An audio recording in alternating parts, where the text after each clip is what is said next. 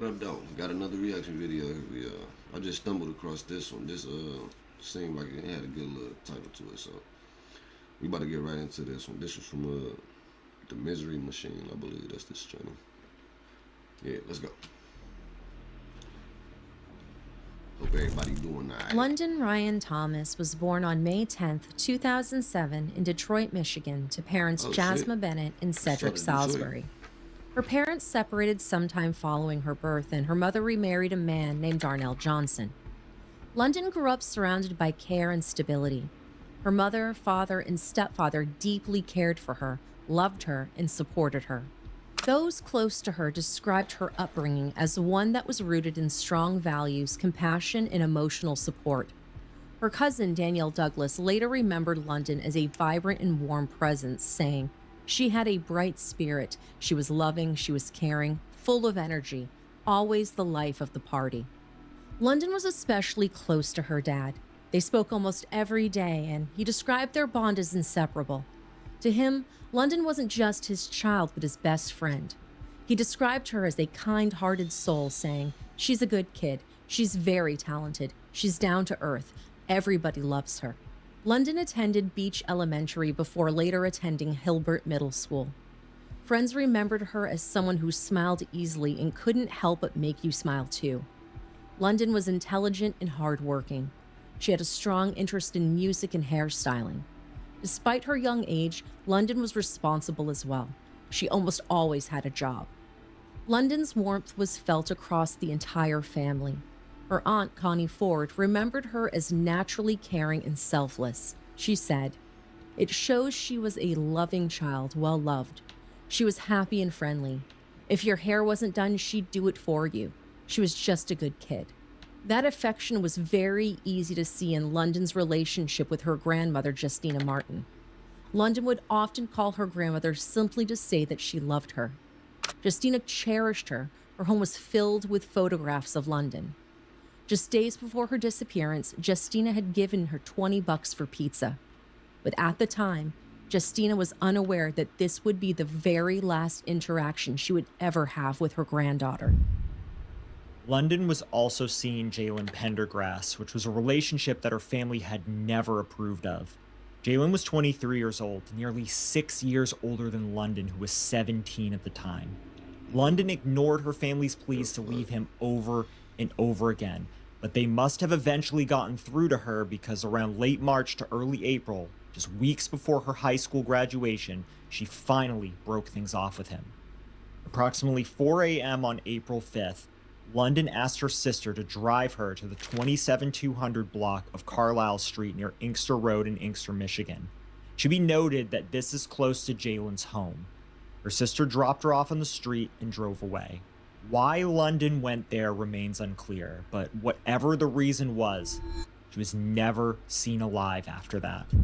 When hours passed with no calls or messages, London's sister began to worry. Later that same day on April 5th, she reported London missing to the Inkster police. The next day, London's mother, Jasmine, filed an additional missing persons report with the Detroit police. She knew something was wrong. It was not like London to disappear without telling anybody, especially not her sisters, she said. They didn't go a day without talking to each other, no matter where they were or what they did. So all of this is strange. We haven't talked to her. We haven't seen her. We know nothing. Cedric shared the same concerns with the media, saying, "I'm her best friend. She calls me for everything, and I haven't heard from her, and I know something's not right." Later on, London's family also noticed something strange. Her phone was on a family plan, and relatives could view her last known location, and according to her grandmother, the phone last pinged behind the Cooper Elementary School in Westland, Michigan. This location was approximately 6 miles from where London's sister had dropped her off. The school is also bordered by a cemetery, a trailer park, and nearby residential neighborhoods. On one side of the school, there are tall trees and overgrown brush, and suspicious activity could easily go unnoticed there. At first, only the Inkster police were involved in the case, but as things progressed, the Detroit police, Michigan State Police, and even the FBI joined the investigation. At the same time, London's family did everything they could to bring her home safely. They put up flyers throughout the area where London was last seen, as well as near the school where her phone last pinged. Family members also made pleas to the media for London's safe return. The flyer described her as a 17-year-old girl, approximately 5 foot 8 inches tall, weighing 115 pounds, with reddish blonde hair. She was last seen wearing pink Crocs, black leggings, and either a black hoodie featuring a Jason mask or a dark green hoodie with the words 1-800-MENTAL-HEALTH-MATTERS. Earlier in September of 2021, a woman had posted videos on TikTok alleging that Jaylen had SA'd her. She claimed the incidents occurred in the same general area where London's phone last pinged. However, these allegations were never substantiated through criminal charges. Even so, after London went missing, the same woman returned to TikTok and expressed fear that Jaylen may have harmed another girl. Regardless, London's family remained focused on her safety in return. They made it clear they were not publicly accusing anyone. Her stepfather, Darnell, addressed the situation directly, saying, "Nobody has accused anybody of anything. Not our family. We just want her home. If anybody's pointing fingers, it's people online. It's not our family." London's parents described the ordeal as a nightmare. Cedric organized a community search effort to comb the area where London was last believed to have been seen. At the same time, Crime Stoppers of Michigan announced a $2,500 reward for information related to London's disappearance. In the days leading up to the search, London's parents also shared her story on Facebook. They weren't optimistic about how much help they would receive, but on Saturday, April 12th, an overwhelming number of people showed up to support the search. Although the effort didn't uncover any new leads, it gave the family hope. Jasmine was moved by the support, saying, "I'm grateful for the community that came out. Friends, family, people on Facebook, friends of family, people I've never even known. I don't even have a social media presence, so it just took me by surprise when everybody came together. It was heartwarming, and it was a blessing." However, the search understandably took an immense toll on London's parents, who described it as the hardest experience of their lives. So far, investigators had only one clear lead. London had last been reported near the home of her ex-boyfriend, Jaylen. From the very beginning, London's family suggested that Jaylen could be the one responsible, but without concrete evidence, police could not act immediately. As things progressed, police confirmed that London had been at Jaylen's residence during the early morning hours of April 5th, 2025. Investigators then made contact with Jaylen and his mother, Sharla. Both initially denied having anything to do with London's disappearance. Sharla even told investigators that she had seen London leave the house that night. However, police later determined this to be false.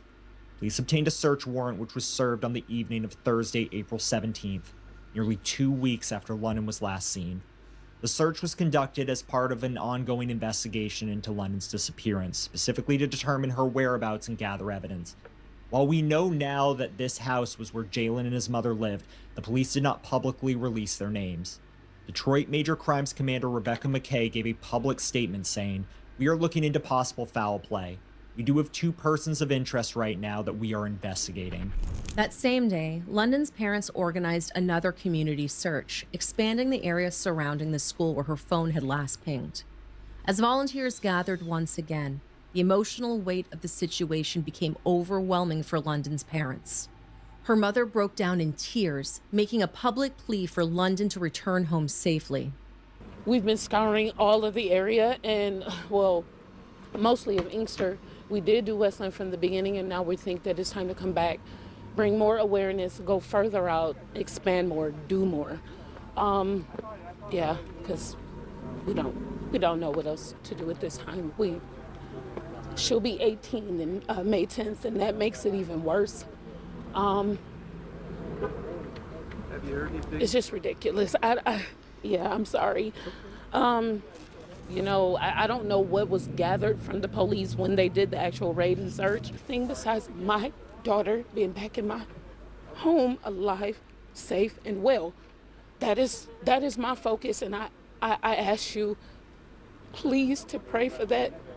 Please, for us and our family, please. Because this is all we have. I need you all. I need you all for that. When you have all these people also coming out here to help, how does that make you feel? It makes me feel loved. It makes me feel like that is a piece of God that is moving them. As days passed, the situation grew increasingly unclear. London's stepfather said he was doing everything he could to hold on to hope. The family was deeply frustrated by what they described as a lack of cooperation from Jaylen during the search. London's aunt, Yolanda Douglas, voiced these concerns publicly, saying, "All of these lies just to push us away from what we're trying to do, and more stuff is coming out. And then you have people coming from any and everywhere that want to direct you into different directions. That's what's bringing my sister down. We don't need all of that. We just need to know right here, what did you do with her? You were the last person seen with her. What's going on and where is she at?" Although the Pendergrass family wasn't charged with any crimes, police had their suspicions, and their lies could not stay hidden forever. On April 26th, nearly 3 weeks after London was last seen, any remaining hope of finding her alive was lost. Investigators discovered London Thomas's decomposing body inside an SUV parked in the driveway of a home in the area of Millard Street and Berg Road in Southfield, Michigan. Damn. The Inkster Police Department had received a tip from an individual that was an acquaintance of Charlotte Pendergrass. The individual told investigators that Charlotte had asked for help moving a sealed plastic container with unknown contents. The container was placed inside the SUV on April 11th, weeks before London's body was discovered. London's remains were transported to the Oakland County Medical Examiner's office where an autopsy was conducted. The medical examiner determined that London died from asphyxia, and the manner of death was ruled a homicide. Following this major breakthrough, Jaylen and his mother Sharla were taken into custody. At that time, Medea? police still did not publicly. Jaylen and his mother Sharla were taken. She looked like a younger Medea. Hey, we all know Medea, man, but she Alright, I'm through it. into custody. At that time, police still did not publicly release their names, only stating that they had 2 persons of interest in the case. Michigan State Police Lieutenant Mike Shaw addressed the public, stating, "Our condolences go out to the family and friends of London. While a majority of the investigation has been completed by DPD and the FBI, there is still work to do. Our number one goal is to bring justice for London and her family. In order to accomplish this goal, we will not be releasing any further information on this investigation at this time." Following the discovery of London's body, her family gathered for a candlelight vigil to honor her life. London's father, Cedric, stood alongside dozens of loved ones as they mourned her and called for justice. Overcome with grief, he shared his pain publicly, saying, "Justice for London for me means everything right now. I'm so heartbroken. I need answers. I have no answers. I want answers." London's aunts and her grandmother expressed gratitude that she had been found, though not in the way which they had prayed for. The family were still haunted by unanswered questions. The most important one, why? Why was London killed? And why wouldn't police release the names of the 2 suspects in custody? London's grandmother, Justina Martin, said she wanted those responsible to be held fully accountable. In an interview held days after London's body was found, she broke down in tears remembering her granddaughter. I understand London was a really special girl, full of life. How would you describe her? That was my baby.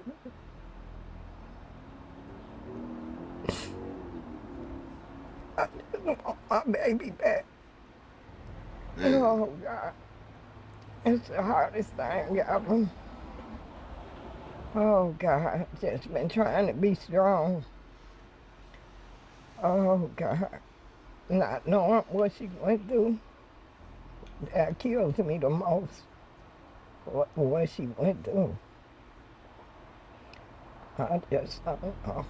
On Thursday, May 1st, both suspects, Jaylen and his mother Sharla, appeared in court and were later released. The following day, Sharla was rearrested and formally charged with lying to a peace officer. According to Wayne County Prosecutor Kim Worthy, Pendergrass failed to tell the Kim truth to Worthy, FBI don't play. agents while they were conducting a criminal investigation into the death of London Thomas. Lying to a police officer during an investigation is a felony offense with a maximum sentence of up to 4 years in prison.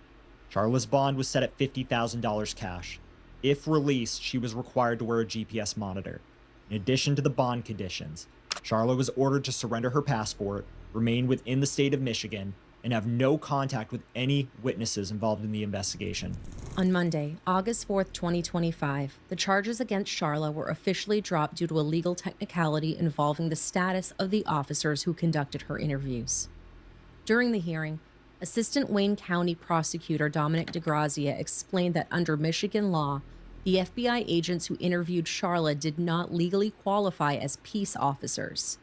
Because the statute specifically applies to false statements made to peace officers, prosecution argued that the charge could not stand. He stated, "It's alleged that the defendant made these false statements to 2 special agents from the FBI. I've communicated with them. Neither one of them were ever licensed as a police officer in the state of Michigan. There were no other law enforcement agents present when this interaction occurred. There are some statutes that would permit a federal agent to be authorized to be a police officer, but however, the way the legislature wrote this statute, I don't believe that trying to proceed under that theory would survive appellate review." The charge against Sharla was dismissed without prejudice. Sharla was allowed to roam free, but it wouldn't be long before that would change. On October 16th, prosecutors announced That's crazy. Just because of that one little word that they did not put in there. Fucking peace officer. That's crazy right there. And she done got off. that 23-year-old Jalen and his mother, 49-year-old Sharla, were both formally charged with second-degree murder and tampering with evidence in connection with the death of London Thomas. Prosecutor Worthy addressed the public, stating, "I am proud of the excellent work that has been done in this case. It has taken countless hours of investigation and diligent work by the Michigan State Police, the Detroit Police Department, and the FBI. As a result of that work, we've been able to charge and bring the perpetrators of this cruel and deadly crime to justice." London's stepfather, Darnell, said he had always suspected Jalen's involvement in her disappearance. To him, the charges only confirmed what he and others had felt all along. Darnell also spoke about the pain of accepting how much cruelty someone could inflict on a young person. Since London's death, he has honored her by getting a tattoo in her memory. Cedric expressed both relief and gratitude, telling the public, "Just so happy and praised for this moment because it's long overdue. We all knew that they did something, and we're just happy that the light has been shown and thankful. Hopefully they did a thorough investigation, and maybe that's why it took so long, and we can move forward and wrap this up so my daughter can rest in peace now." London's grandmother also shared the same sentiments, saying she wanted justice for her granddaughter, and that those responsible should face the maximum possible punishment. Both Sharla and Jalen were arraigned at 9 a.m. on Friday, October 17th, 2025, in Inkster's 22nd District Court before Judge Sabrina Watson. Sharla was upgraded to a $5 million cash bond. Jalen, however, was held without bond due to additional charges pending against him in Oakland County. In a separate case, he was accused of filing a false police report in November of 2024. The charge carries a maximum sentence of up to 4 years. Wayne County Assistant Prosecuting Attorney Dominic DeGrazia stated that investigators believe the evidence will clearly show a sustained effort to mislead law enforcement. He said the following, "This is a case where the evidence, I believe, will be abundant that both defendants, but in particular, Ms. Sharla Pendergrass, engaged in an extended campaign to lie to the police, lie to law enforcement to cover up her actions. Jalen's defense attorney, Adam Clements, urged to let the evidence play itself out and respect the process." Meanwhile, Sharla's attorney, Terry L. Johnson, expressed confidence in his client's defense. He characterized the case as nothing more than a rehash of earlier allegations, saying it looked like the same recycled case from April when they couldn't prove anything, referring to when she had been previously detained and later released. Attorney Johnson added that he did not believe prosecutors would be able to meet the burden of proof and insisted that his client would ultimately be shown to a jury to be not guilty. Despite the opposing narratives, the case remains ongoing. Both Sharla and Jalen Pendergrass are scheduled to appear in court for preliminary examinations on January 23rd, 2026. Both of us are going to be keeping an eye out for updates because we've wanted to talk about London's story for a while now, and as the trial hasn't even begun yet, both Sharla and Jalen are considered innocent until proven guilty in a court of law. On May 10th, 2025, the day London would have turned 18, her family was instead forced to bury her. Rather than letting the day be consumed by grief alone, they chose to honor her. Wow. I don't know if that's dope or what. You know what I'm saying? I don't know. Same day you were born, the same day you got buried. That's It's crazy. Her life. Loved ones gathered at Claude Allison Park in Redford Township to celebrate who London was and remember her for her loving nature. The memorial was attended by family members, friends, and members of the community. Despite the heartbreak, there was warmth in the air. Children shared ice cream, posters of London were displayed throughout the park, and for a moment, her spirit felt present. And friends gathered to celebrate what would have been her 18th birthday, but instead of celebrating with her, they're honoring her life. I'm joyful just because I know it's her birthday, and this is what she would have wanted. Any 18-year-old would have loved this. Jasmine Bennett had to bury her daughter, London Thomas, on the same day she gave birth to her. It is a waking nightmare to have your child that you carried for 10 full months to be ripped away from you. We thank everybody who gave us the time to, try to find London. And we hate that everything happened the way it happened, but today we just need justice. We want justice. She didn't deserve that. No child deserves this. London's uncle, Darius Hatcher, said, "You know, we really miss her. We really love her. And we do have a sense of peace and comfort to a certain extent with today. And we're just trying to make it as happy as possible as opposed to the tragedy that's set before us. So we're trying to remember the fun and happy times." London's mother, Jasma, also shared similar remarks, saying, "She loved everyone. And by this turnout, from what you see, her love spread far." If London's case resonated with you, then please click here to check out the ongoing case of Naziah Harris. She's all. Damn. That's crazy. I think I seen that Naziah Harris. That's crazy. My condolences to the family, man. Sorry for y'all loss. That's crazy as shit. But I hope y'all get some justice for real, for real. They say the 26th. I'm gonna have to look into that. That's in a couple days. I'll see y'all in a minute.